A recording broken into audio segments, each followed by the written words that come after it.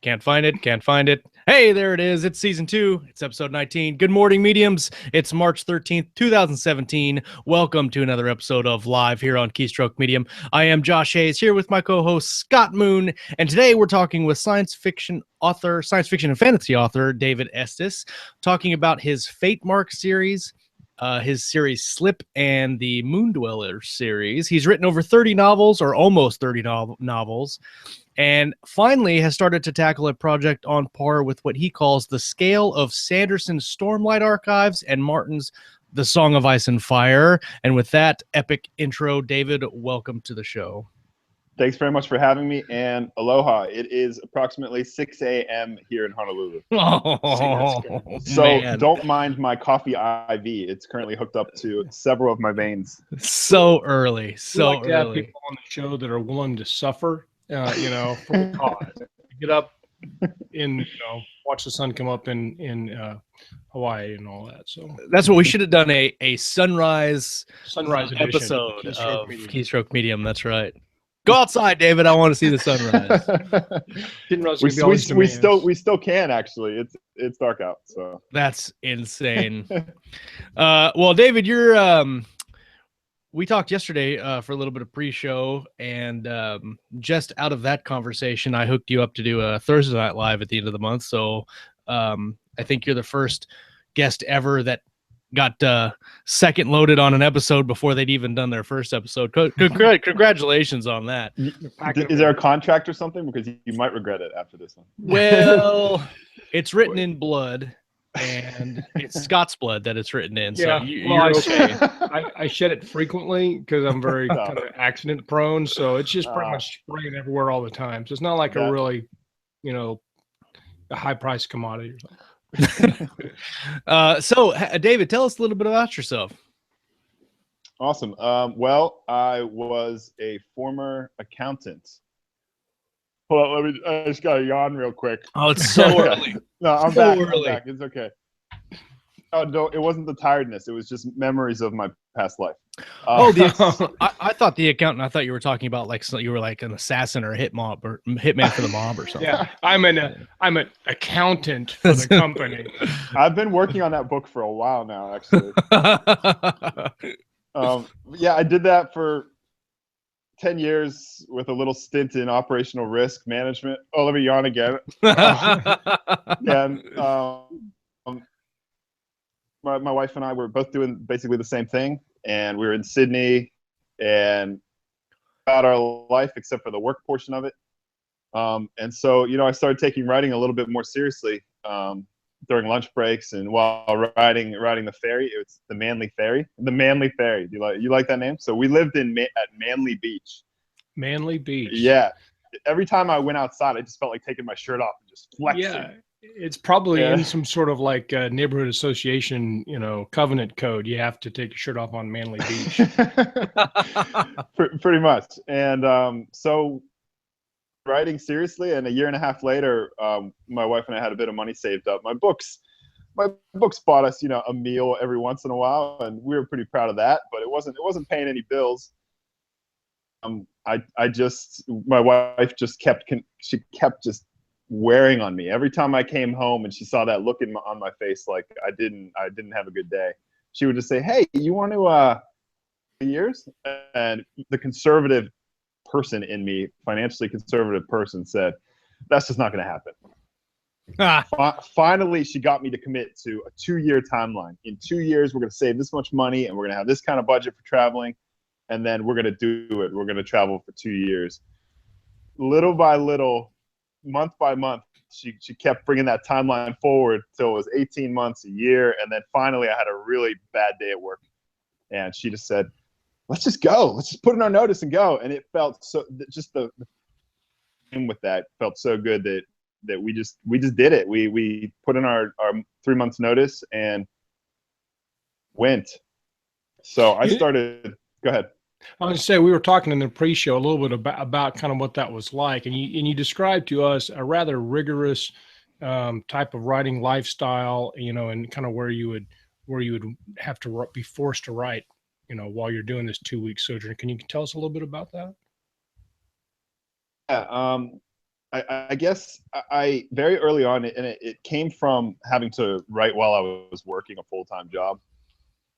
Basically, if I wanted to squeeze writing into my day, I would have to write a half an hour on the ferry ride to work, and then an hour at lunch, and then a half an hour back. Anytime I had a chance to write, I had to be able to open my laptop and just go. I couldn't mess around because I just didn't have the time for it.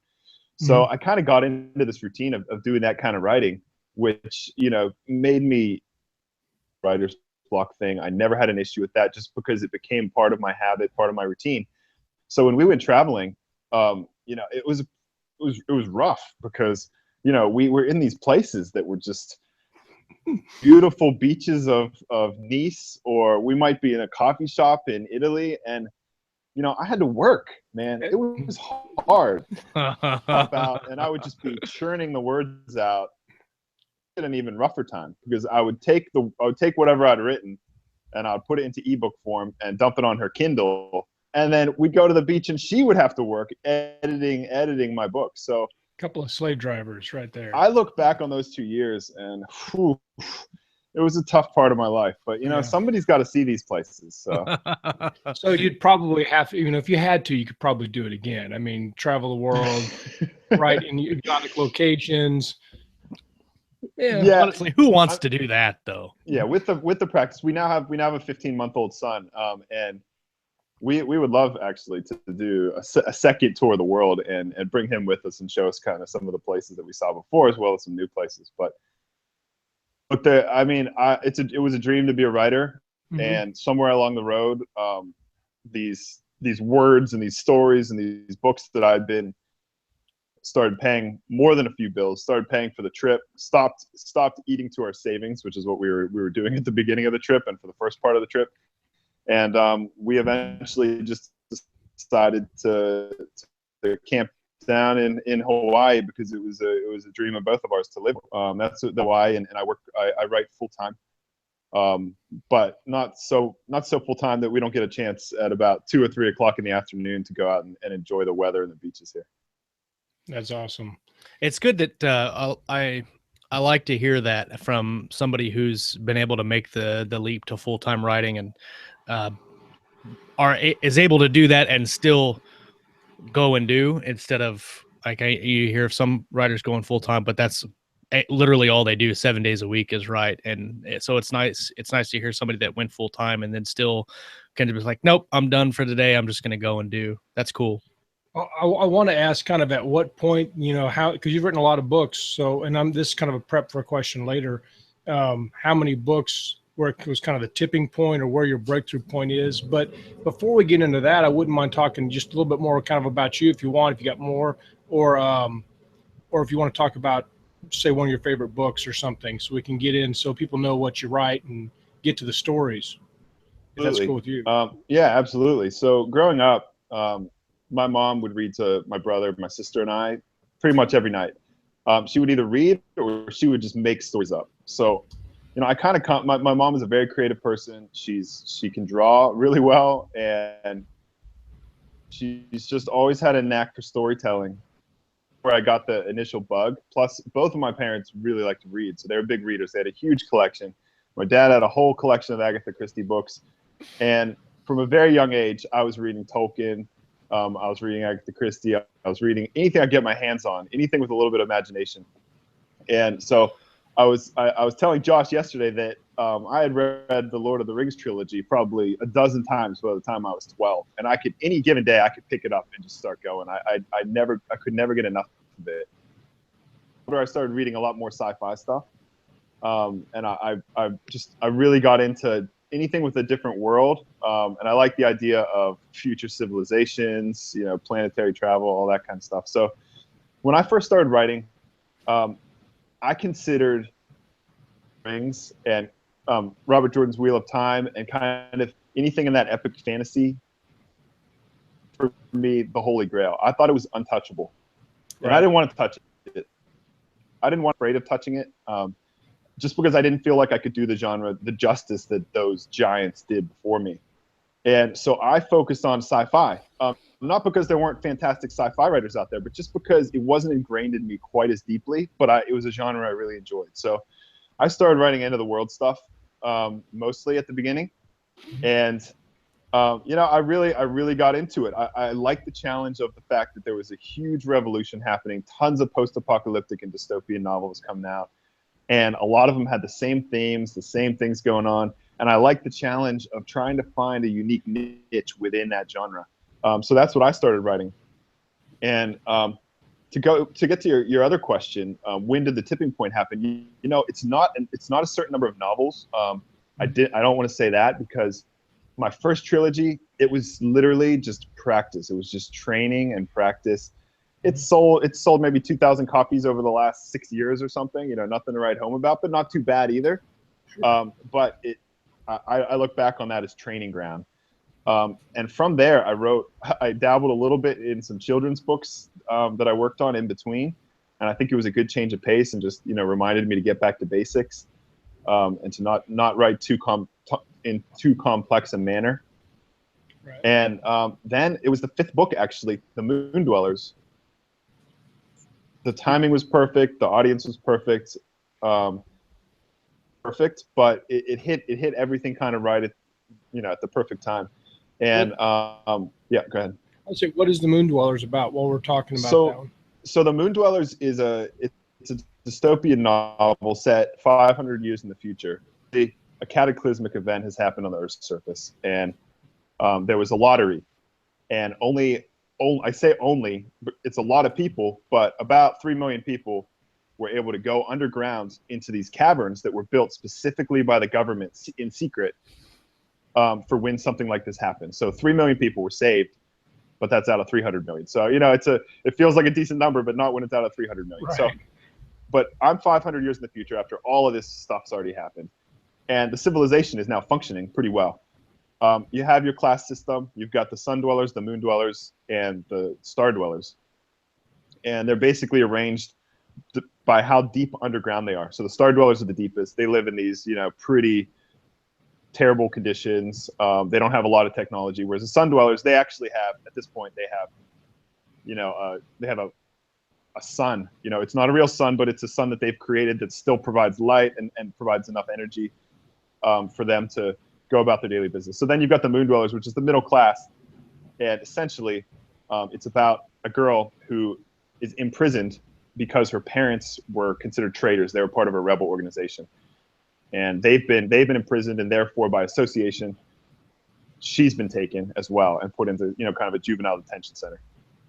So it follows her story as she tries to realize what her parents were really into, try to get out of this situation she's in, find her parents if they're still alive, and then, of course, as the trilogy goes along, try to overthrow the government. That's very cool. I was thinking when you said star dwellers, I was thinking that they were going to be either like in space stations or on the surface or something, because those are the star dwellers, but it's reversed. That's interesting. Yeah, a lot of people, I think the title, along with the cover, which shows basically just a tree, and then the mirror image of the tree through its roots down below, it catches people's attention, and they're not sure what to expect. And then when they realize what it is, they like the twist on it. Whether they believed it was going to be people living on the moon or not, it seems like they like the title along with the cover. So it's worked out for me. In terms of the big break, it didn't actually. The book kind of hummed along for about a year, without too much happening. It was selling, and it was paying a few bills, but it hadn't gotten over, as Sean said, that tipping point where we were able to say, all right, we've made it, and we don't need to go back to our day jobs when this trip is over. So I released that at the very beginning of our trip, right when we had left, and I was, I had my fingers crossed that this would be kind of the one that would help me break through, but there's no guarantees in this business. And a year later, it hadn't really done enough, for me to feel comfortable. I'd released the 2 other books in the trilogy, and they were selling reasonably well. But then, just out of nowhere, an article came out from BuzzFeed, and it said 15 series to read if you enjoyed the Hunger Games.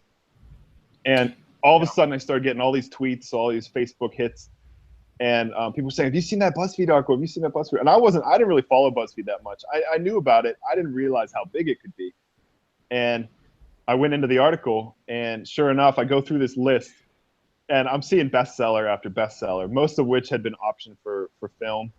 or already made into films. You had Divergent, The Maze Runner, The Mortal Instruments, all these international bestsellers. At the very end of this list, number 15 was The Dweller Saga. That's all you need, And, right? That's awesome.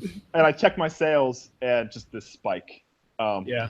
And from there, I had agents contacting me. I had a few film producers contact me and ask about the options. It's very interesting when you described it.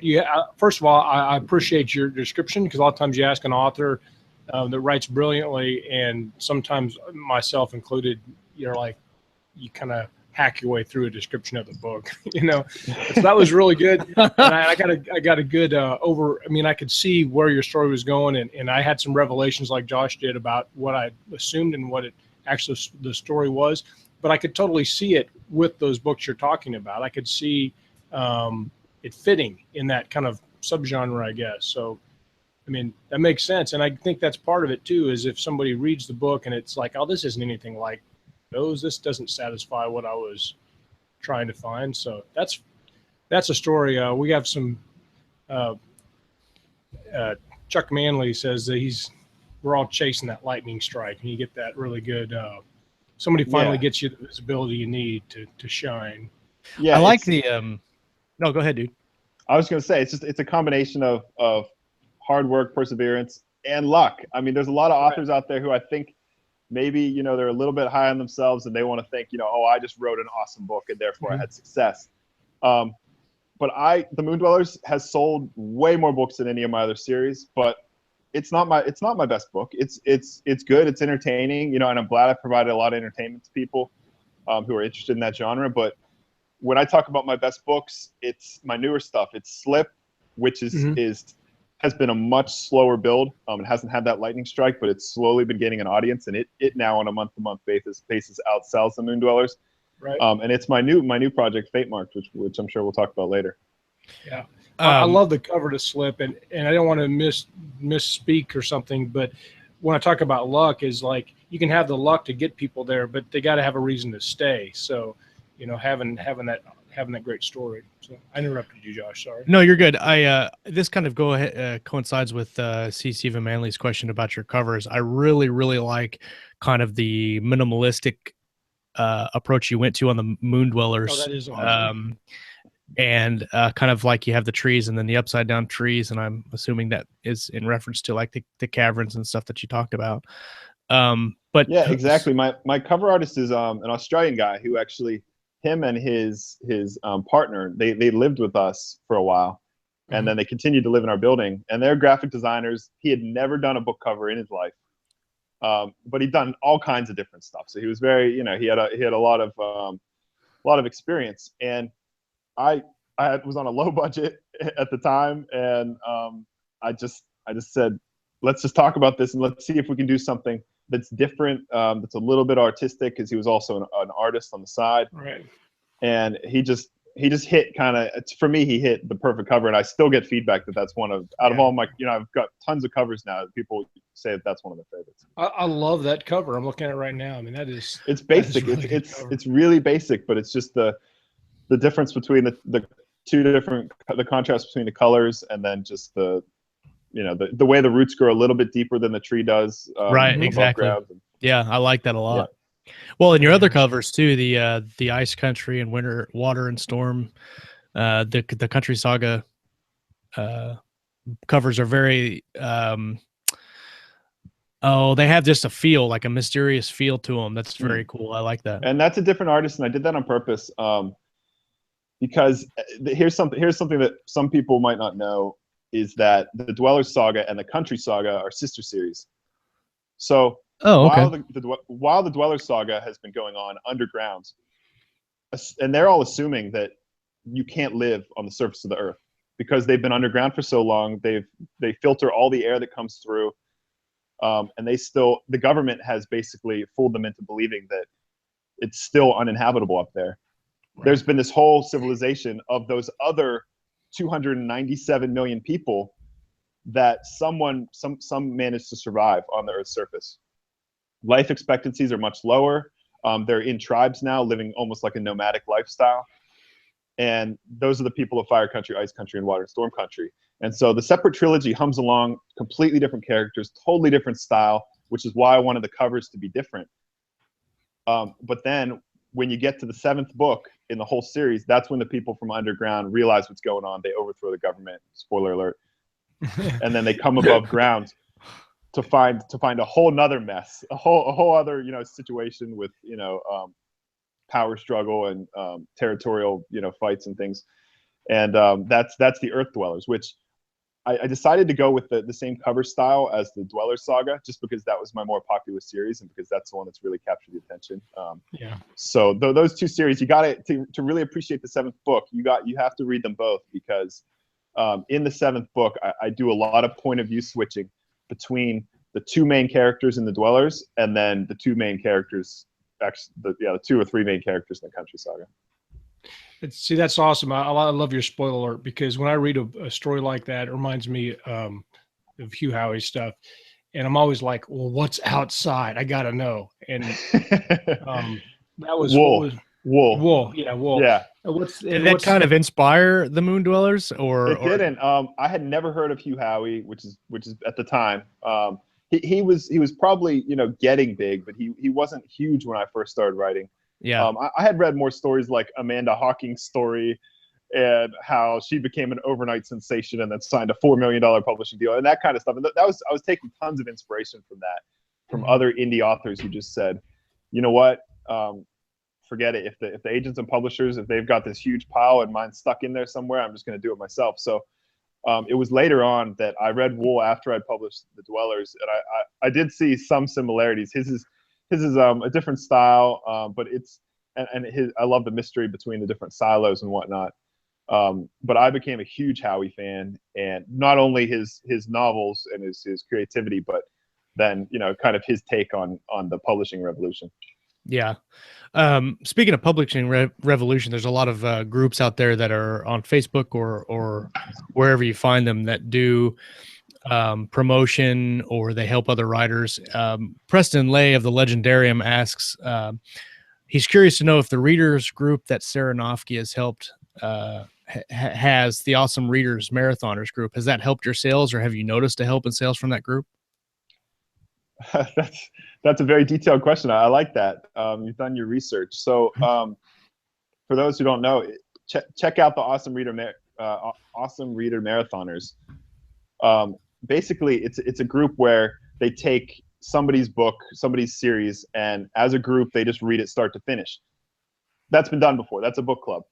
What they add to it is that the author gets heavily involved in this group, and on a day-to-day basis, with the help of some admins, perhaps, they post various tidbits about their book, inside information, questions for the audience. They have a dialogue with the readers, and they do a giveaway each and every day of some kind, which is really cool. It just adds a lot of fun to it, and it's grown a lot. At first, when I was doing it, they read the Slip trilogy, which was cool because I felt like at the time that was my best work, and there weren't that many readers in it, but they were really serious readers. So I felt so good being able to, on each day of that marathon, it lasted for maybe 5 weeks. Basically, we were able to get everybody a prize by the end. They were really excited about the trilogy, and a lot of them became my readers afterwards. So to answer the question, at the time of the actual marathon, I saw a pretty decent spike in sales just from these marathoners reading it. And then immediately following, I saw a pretty big spike in reviews of all 3 books on Amazon. And obviously it was these marathoners who not only read it, but then reviewed it too. And I asked them at the end, I said, if you wouldn't mind writing me a review. So it was a great way to connect with those readers. And obviously reviews and those sales, it has a long lasting effect. You get into the Amazon algorithm and it helps you out.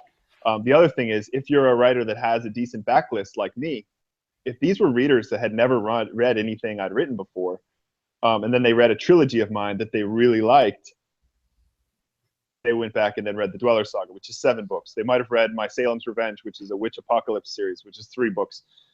Plus, a lot of them followed me on Facebook too. So they're watching what I'm doing now. And when I published the Fatemarked Epic, some of those people might have read those, might have picked up those books. So it's hard to gauge, the effect of one specific thing on your career. But definitely at the time and shortly after, I saw a noticeable impact from that event. That's awesome. Scott, did you have a question? I was going to say, what writer doesn't want a bunch of new lifetime fans?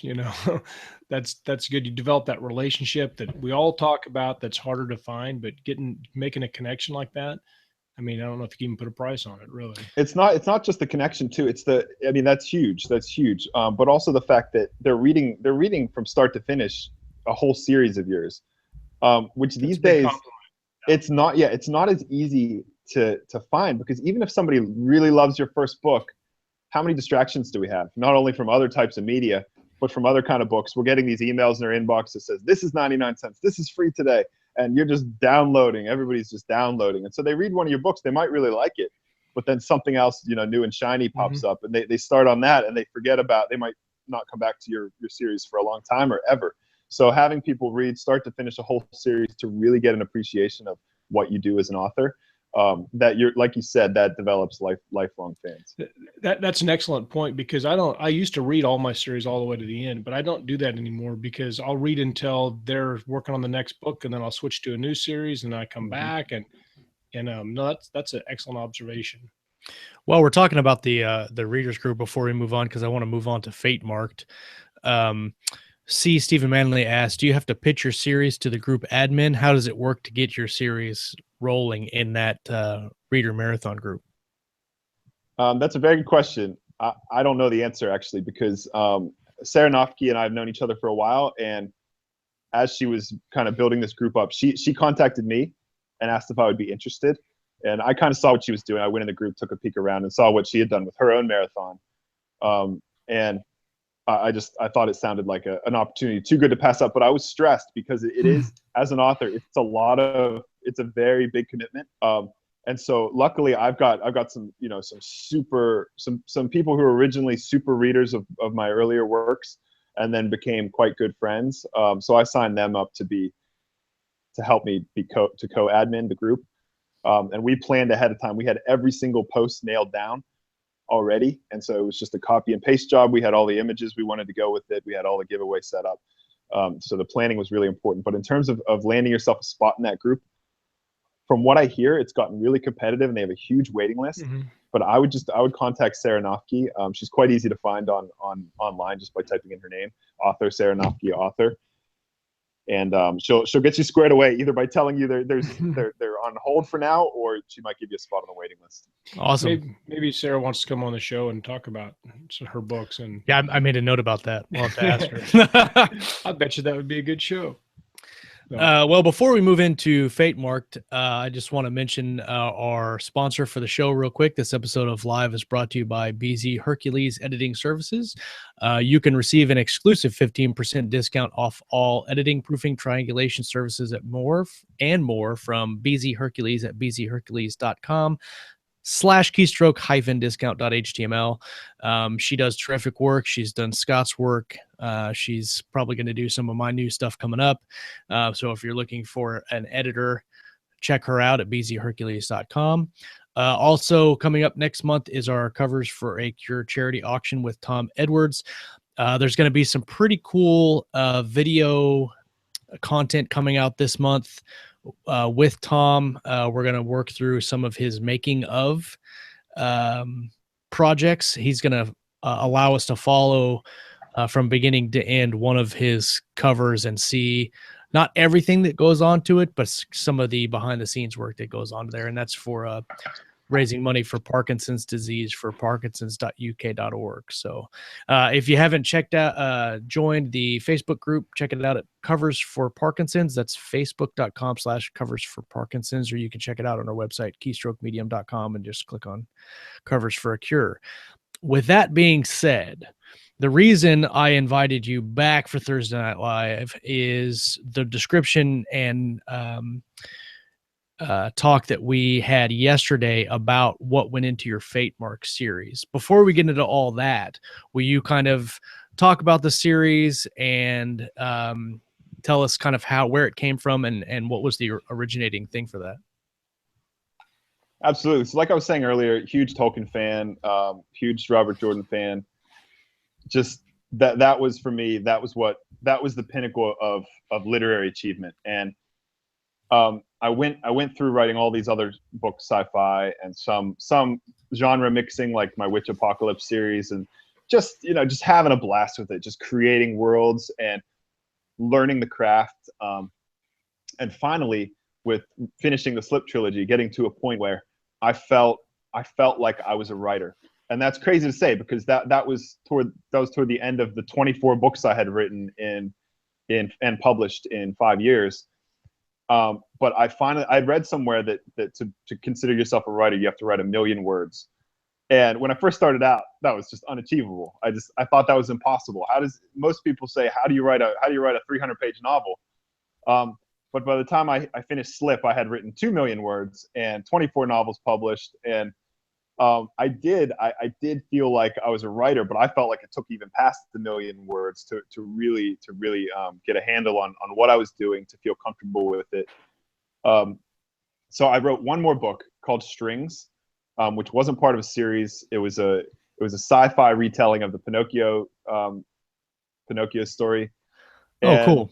I like that. Josh has a sci-fi retelling. We'll talk about that later. Yeah. Anyway, okay. The sci-fi retelling of Pinocchio. Yeah. And I really wanted to explore my literary side, and that was kind of the last thing I felt like I needed to do before delving into the project I had been thinking about for a lot of years. And so I did that, and I got a lot of positive feedback on, oh, this feels more literary than anything you've done before. And I just felt like I checked a lot of boxes, and that's the ex-auditor in me, that you always have to go through certain steps in order to get to an outcome. And so my son was born on November 30th of 2015, and I took a month off. Thank you. I took a month off, and just did a little bit of promotion here and there, but I didn't write a single word. And it was all kind of, I knew it was all kind of building toward finally starting this epic fantasy that I'd been just thinking about, and I'd taken a lot of notes about it. And so my parents came to visit in the new year of 2016. And so that took a big load off of me, and off my wife as well, with the 1-month-old that we had at the time. And I just started with these seeds of an idea. And the approach I took was to, I had a lot of ideas in terms of the magic system and in terms of what the world would look like and the overall plot and where it was going, but I had a lot of holes in the middle. So I just started poster boarding, which was I'd never done before. So I'm a pantser. I come up with an idea like the surface of the earth is no longer inhabitable and people have to live underground. And I plant that as my seed on the first page, and I just start writing. Occasionally I'll jot down some notes, and if something pops in my head, here's a future plot twist, here's a character I want to create. But I don't do any outlining, and I do very little planning. And that, in some cases, that's made my books a little bit convoluted in the past. But as I've kind of fit into that style, my books have become a little bit more sharp and kind of focused. But with this book, I knew that if I was going to write a major series, and I was planning it to be, thousands of pages long, my goal was to have the series be, at least 1 million words just by itself. I knew I needed to do some serious planning. So I just have a few of the poster boards here. I'll just show you cool. Kind of where I started. Yeah, Josh is like so excited. I love props. And as you get into the series, you'll see that my cover artist has taken what I've drawn very poorly, and he's turned them into something that looked really cool, like the map, for example. So I'll just give you a quick flyby of the map. Some of it's hard to see because it's in pencil, but I've written all the names in pen. And so here's just a quick flyby of the map. That's very cool. That's a lot of mapping. Yeah, so I wanted it to be, I wanted the area to be big enough to give plenty of room for, the various kingdoms and empires to do battle with each other and to cause each other problems. But at the same time, be small enough that I could cover it all. I didn't want to have parts of the map that you don't get to see at all in the series. So in the first book, for example, you basically get to see everything from the middle and up. So you get to see the Eastern Kingdom, the Western Kingdom and the Northern Kingdom, what's going on with them. And then in the second book, you continue some of those storylines, but then you go below the middle line and get into the southern empires. And so any little place on here, so there's a little place called the Dead Isles. That place doesn't show up in the first book, but it shows up in the second book, and you get to learn really what the Dead Isles mean, as well as a place called Pirate's Peril. You don't see that until the third book, but you get an in-depth look at it. So I hit all the places eventually, and then there are places that haven't been hit yet, and they're going to be in future books. So that's the map, which my cover artist has done a beautiful job on in the actual book, and you can see it where it looks in much better shape. The other thing I did using my poor artist skills was I drew a bunch of royal sigils for each of the kingdoms, as well as basically the symbols of the magic system that I have here. So fate marks, when I talk about fate marked, those are the people that bear the fate marks. And fate marks, they're a marking that you're born with that can't be seen other than by torchlight. So somebody shines a torch over you, they have to cover every inch of your body because it could be anywhere. And it's a very small percentage of the people, meaning only a dozen or so, a handful of people basically are born with these across all the kingdoms. And each mark gives that person a very specific power. One they may have some control over or may not have that much control over, or they have to kind of learn to get control over it. They don't know what they do.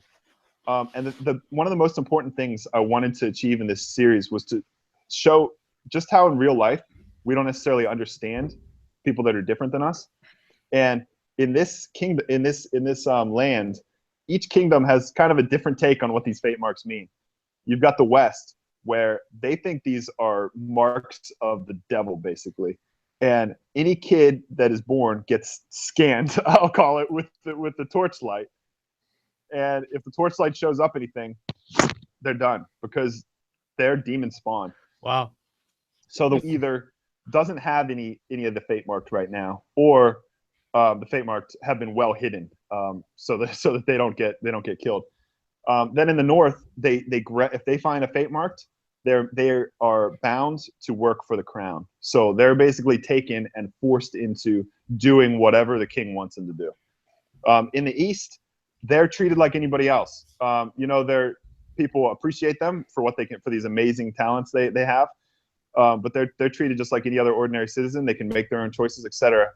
Then in the south, they're essentially worshipped. They're set up like these are gods and goddesses that they think have come for some specific purpose. I was just going to quickly show you some of the symbols that I drew associated with each of the marked. So you see the death mark, the life mark, justice mark, hero mark, etc. That's very cool. So my cover artist brought all those to life as well in the series. And as you go, we uncover more of the marked. And the title Fate Marked that's the ancient term for these people. In the present, you've got the West calling them the sin marked because they think that they're marked with the devil and they should be killed. You've got in the South, they have a bit of dialect and they call them Tatuya. They have many tattoos in the South, but these people have their special tattoos because they disappear and they can only be seen by a torchlight. So they call them the Tatuya. And then the general term for them are skin marked. And this term fate marked is an ancient term that was contained in a prophecy by someone called the Western Oracle about 180 years before our story begins. And she essentially predicted that they were going to come and that their purpose was to create peace amongst the kingdoms, which have been warring for many years. So that's kind of the backstory behind it all. And as you go along, the term fate marked starts to pop up again and again as the characters start to learn what that means and whether or not fate is really driving them towards some greater purpose. That's awesome. We already have people in our chat box asking, well, are these out? When they're out, how can I learn more? So that's pretty good. Oh, okay. So they are out. This is the month of releases for me. So I started working on this, like I said, January 1st. Literally the new year, I just took a step forward. I drew this map on January 1st. I drew all these symbols on January 1st of 2016. I did family trees for all the royal kingdoms. So I've got these family trees. You've got, key characters on there. You've got kind of some secrets on there that I knew there would be some twists. Like people think this person is this, but he's really that type of stuff. And then the other thing I did on January 1st was I did a historical summary of the four kingdoms, which went through 500 years all the way down to 532, which is where our story begins. 500 years since these lands were discovered by explorers from another land. I did the 500 years of history, just hitting on what I thought were going to be the key historical events, and then building that into my backstory as well. So it had been January 1st, so 12 months, and then through February, so 14 months basically of writing, editing, cover art, getting ready to do something with these. So during that time, I managed to write 3 full-length novels in the series, and they're not short. The first one's around 500 paperback pages. The second one's 600. The third one's 750. And that's Fatemarked, Truthmarked, and Soulmarked, the first 3 full-length novels. And so Fatemarked came out on March 1st. Truthmarked comes out on March 15th. So it's just a couple of days away. And then Soulmarked, which is still coverless, if you go to the pre-order page on Amazon, I have a sketch of the cover, and it's coming down the track soon. It will have a dragon on it. Just yes, I had dragons. To have it. There are dragons in my world. They're not necessarily the focus, but they're there. So I knew I needed to have one on a cover just because it's cool.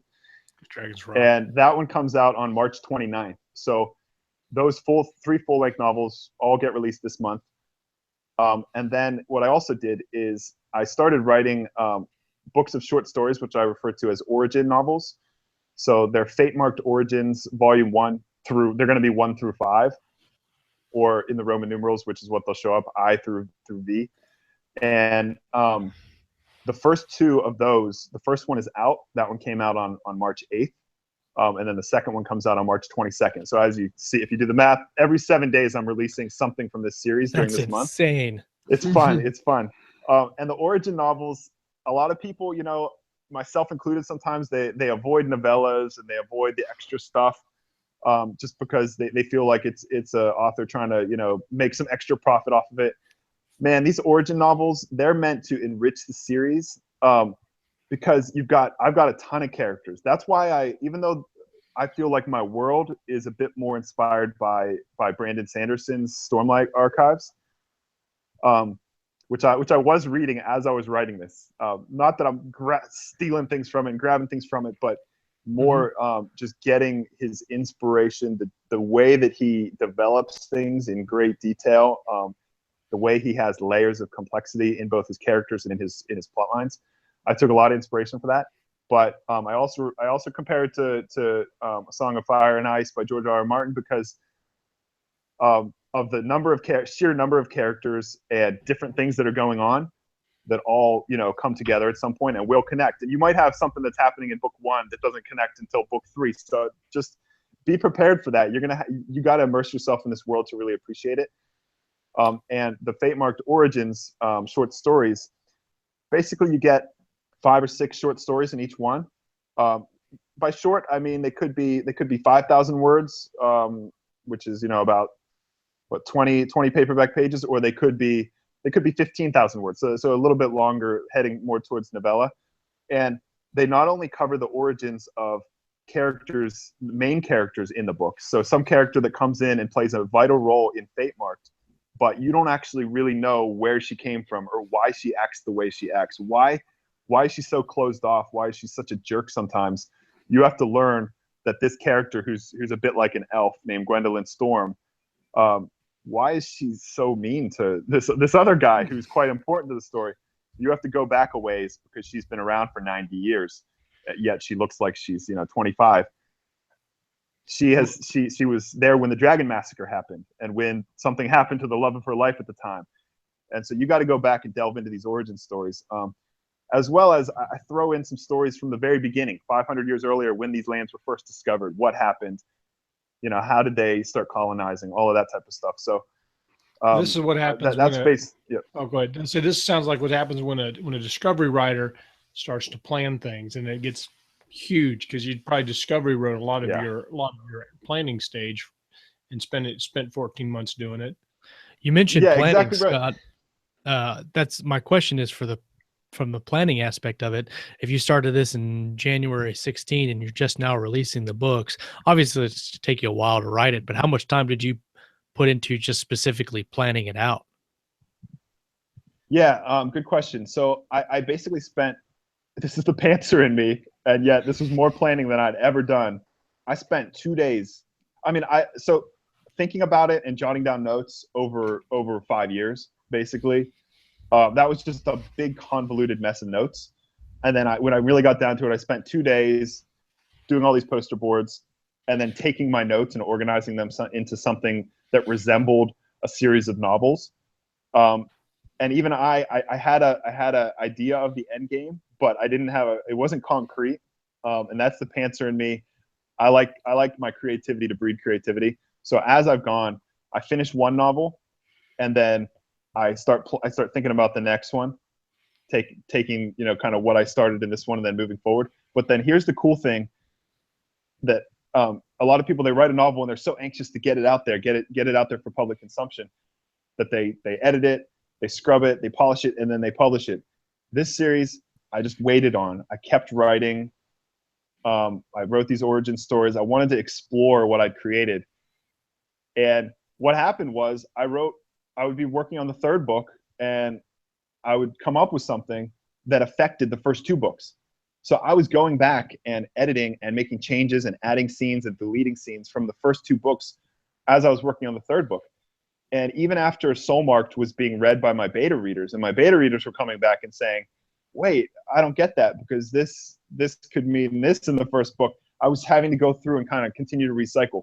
So now that I'm publishing them after March, I have to be comfortable with what I created, which is kind of hard, because at this point, I've had the freedom to continue to develop and change the whole series from book one to book three plus the novellas. Right. Now I can't do that. I gotta set this in stone, and I gotta move forward with the story. So, but to writers who have never tried this before, which is me, but I never tried it before. I was always the write a book, release it. Every 2 to 3 months, I got in that pattern: writing, releasing, writing, releasing. It was kind of cool to take basically a year off from publishing and just write and just focus on this story, this world, and give it serious development. Did you publish other books during that year? I did Strings. That was the Pinocchio retelling. Mm-hmm. But that one had already been finished basically and just needed a little bit of editing and a cover. So I published that one in about a month into that year. And at that point, I was full steam ahead on Fatemarked.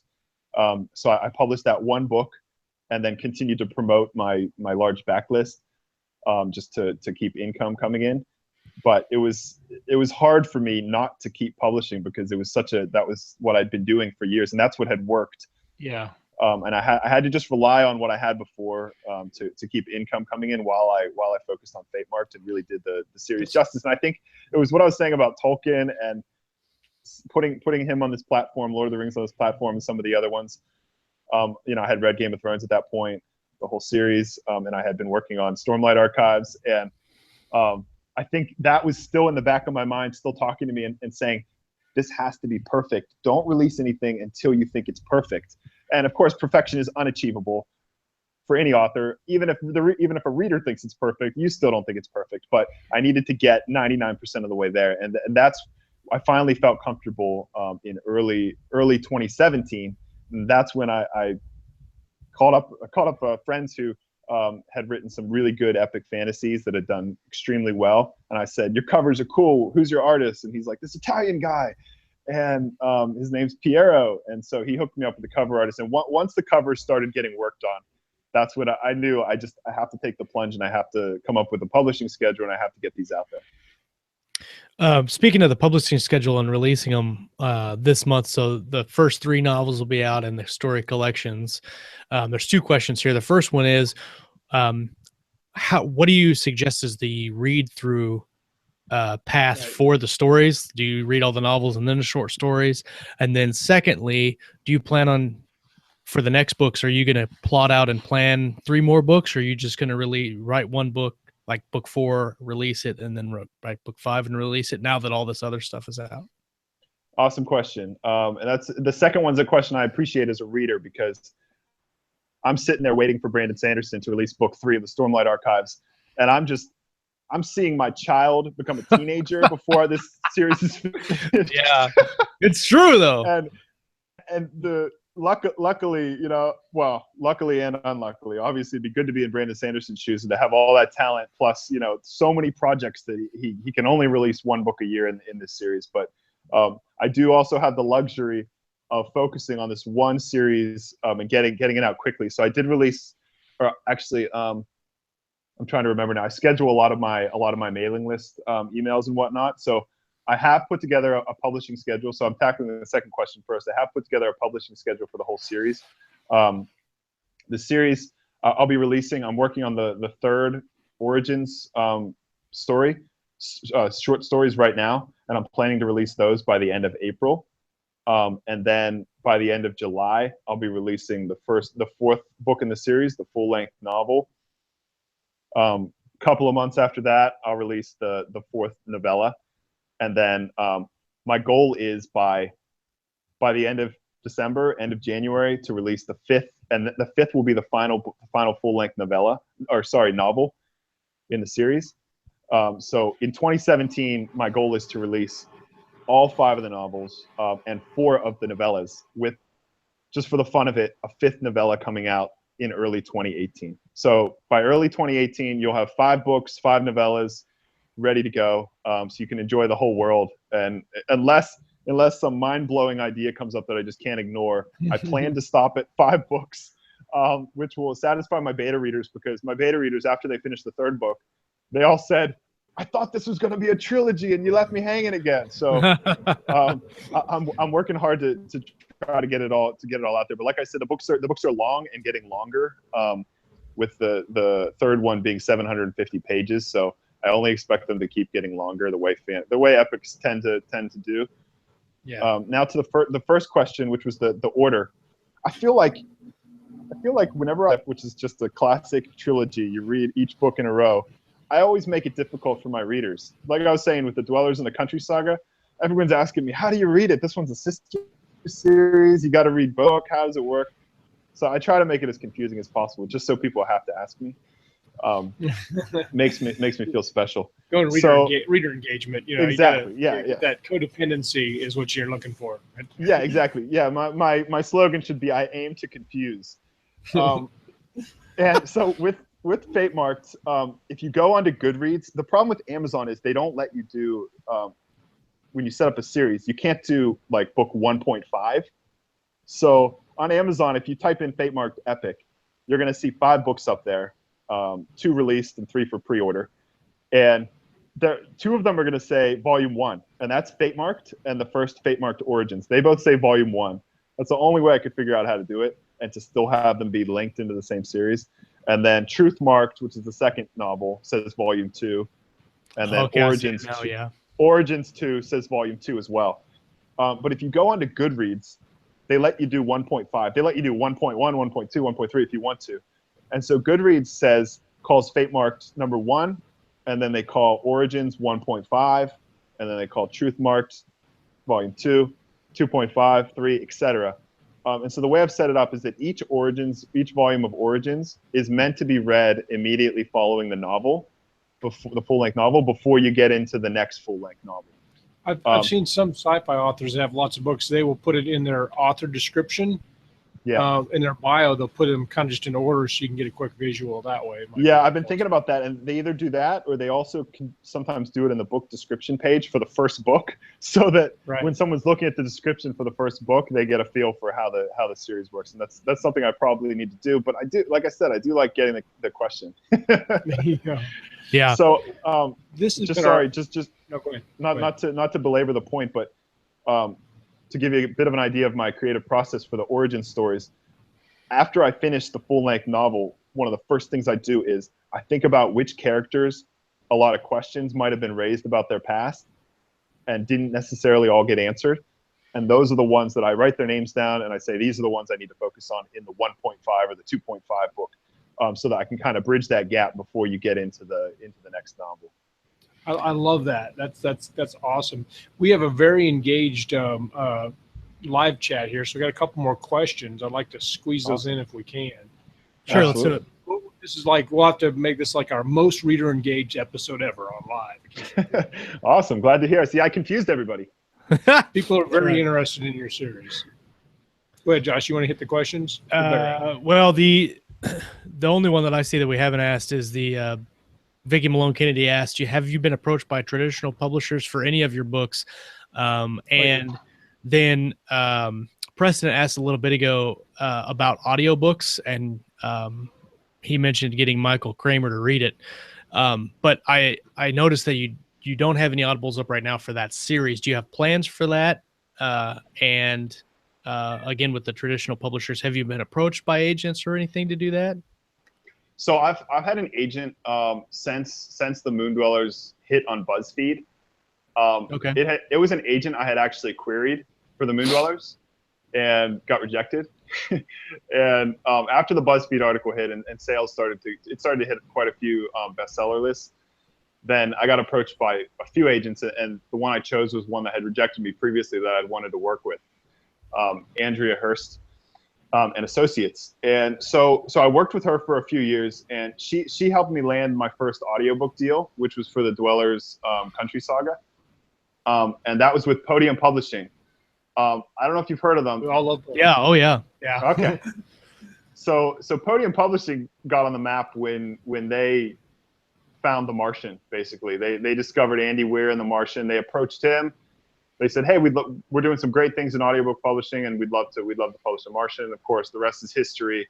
Became an international bestseller, the audiobook, as well as the ebook and the paperback, and then they made a movie out of it, starring Matt Damon. And so they approached me, and that was, of course, a big part of their pitch was The Martian, which everybody had read, and I had, of course, read. And so we signed this deal with them for the Dwellers and Country Saga. They've done the 7 books in Dwellers and Country Saga on audiobook. The Dwellers Saga won an award in 2015 at the Society of Voice Arts Awards. And so I got a trophy for that, and that was my first award that I'd ever won, which was pretty Congratulations. Cool. Thank you. And that was, obviously props to the narrators, Julia Whelan, who was narrator of the year for Audible in 2014, I believe. Yeah, 2014. And also Julia Whelan. Yeah, Julia Whelan. She's done a ton of stuff at this point. She's won a zillion awards, but that was a big one for a winning narrator of the year in 2014. And then Will Damron was the co-narrator, because there's a guy and a girl alternating point of view. So he did the guy, and between the two of them, they won that award, which was awesome. But now all 7 of those audiobooks are out through Podium. Because of my awesome experience with Podium, they're the ones I wouldn't want anybody else to produce the audiobooks for Fatemarked, given how popular it is, and early on. And so I've approached them, and I've had initial discussions with them. And so I'm kind of just, they're waiting to kind of see what happens with it, because they like to know that a series has momentum.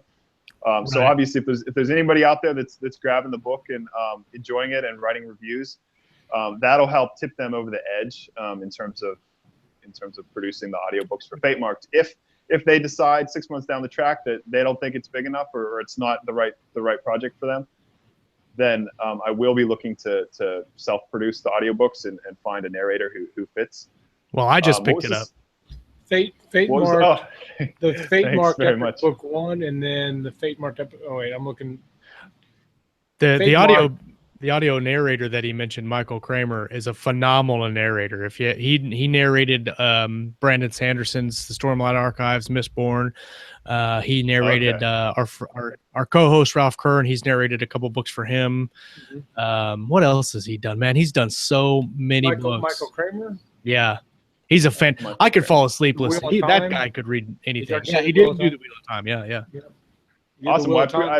I appreciate the suggestion just in case I can even mention it to Podium if they do decide to pick it up. They're fantastic at casting, but they do like the suggestions as well. Yeah, that's one of the big things about Podium is they have a method of matching what they feel is the right narrator to the right story. That's one of their big things. Yeah, and they do a good job. It seems like. Yeah. They do a phenomenal job, and they continue to just win awards with almost everything that they do. I got Fire Country, when it was released on audiobook last year, it got nominated for a SOVA award as well. Didn't win, but yeah, it was on a short list of 5 or 6 books for whatever category it was in. So yeah, I've had a phenomenal experience. That's why I'm trying to avoid going anywhere else. But if I have to, obviously I will, because I feel this series, like Michael Kramer, and it needs a voice to go along with my words. So yeah, I plan on doing that. What was the second question? I think that was the traditional publisher deal, but you said you had an agent, and you pretty much indie publish all your stuff, right? Yeah, other than Podium picking up the audiobooks, my agent has been successful in getting me full manuscript requests from some large publishers. What I've found is, I wouldn't be opposed to a traditional deal. And I did have some interest in the Fatemarked epic, but we never signed on the dotted line with anybody. Mm-hmm. I had maybe 12 full manuscript requests from large imprints of the major publishers. And what I've discovered in the now it's been 4 years since I've had an agent, and she's done a great job. That there's always a reason for them not to take on a manuscript.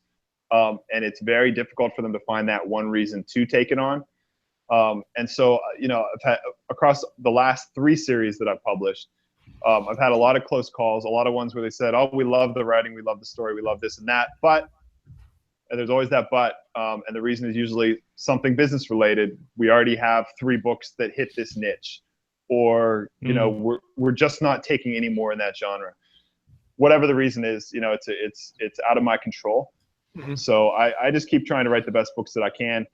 And if they get a deal, they get a deal. If they don't, I've got this amazing group of readers that continue to support me. So, and they're ready to read. They're ready to read a book a week if I can deliver it like I am in March, versus going to a publisher and having to wait, a year between books. So it's kind of like, it's a bittersweet thing where I get to bring the whole story out within a year. But I don't get that publishing deal. So yeah, it's just it's something that I've learned isn't as important to me as it was before getting that traditional publishing deal. Right. It's got to be the right thing for the right story. I think there's pros and cons. Maybe they can do your hardback someday, and you can keep all the ebooks and audiobooks separate. Hugh Howey style. He's paving the way for all kinds of different hybrid type deals. Yeah. Well, we've talked a lot about a lot this episode, and we're actually over now, which is sad because I'm having a blast talking with you about your books. For those to be continued because the most annoying 3 words ever. I want to double check on the date really quick. I think we decided on the 30th, but let me double check. For those interested, we're doing a Thursday night live on the 30th. We're doing a second Back to Basics episode, and we're going to be talking about world building. And like I said at the beginning, talking with David yesterday just about the brief thoughts that he had about his story, I think it'll be awesome to bring David on and talk about world building and talk about, like you said, going back character histories and lineages and get kind of diving really deep into that subject, what we didn't have a lot of time to talk about on this episode. So I think you should make it more confrontational. I think you should have it discovery writer versus planner, and you like a MMA kind of clash. Yes. I'll bring my boxing gloves and we'll knock it out. Do you guys have a giant cage or anything by any chance? We can. I know a guy who's got a Scott's got a jiu-jitsu mat in his basement. I do actually, which is part of a whole different post that was funny at the time. Why is there a popsicle stick on my jiu-jitsu mat? So, but David, before we go, do you have a website where people can find you, find out about your books? Yeah, I do. davidestesbooks.blogspot.com is my landing page for all things related to my books. And if you go on there and you wait a few seconds or 10 seconds or something, you get a little annoying pop-up. But the non-annoying thing about it is you put in your email address, you sign up for some extra information about me and my books, and you get 4 books for free. So you get ebooks. You get ebooks of The Moon Dwellers, Slip, Fire Country, and Brew, which is the Witch Apocalypse series. You get all of those for free. So it's the David Estes starter library, and that can kind of give you a flavor for my sci-fi stuff. And then Fatemarked, you can find through Amazon quite easily. Yep, awesome. I got a pop-up. I'm going to sign up right now. See this? Sign up right now. Well, thanks, David, for coming on the show. We really appreciate it. I'm looking forward to having you back on Thursday's show, which may or may not contain shenanigans and ruckuses. Oh, it's going to contain shenanigans. For everybody that hung out with us in the chat today, thank you for coming and hanging out with us this morning. Be sure to come back on Thursday and hang out with us again. Let us know what you thought about the show. Let us know what your thoughts on world building is. Leave them in the comments below. You can, once this goes to the blog on our website, you can chat with us there. I think that's it. Scott, do you have anything else? I'm overwhelmed. I can't think of anything else. I have no further questions. Actually, got a whole bunch, but we'll see. Is that your final answer? Is that your final answer? That's my pre-final, post-final answer. All right. Well, we'll wrap it up, David, if you want to hang out for just a second, and then after I hit stop the broadcast, and we'll wrap up. So thanks, everybody. For Scott Moon, I am Josh Hayes. We have been live with David Estes here on Monday morning. Great show. Be sure you come back next week. We're going to talk about reading, writing, and everything in between right here on Keystroke Medium. Thanks, everybody.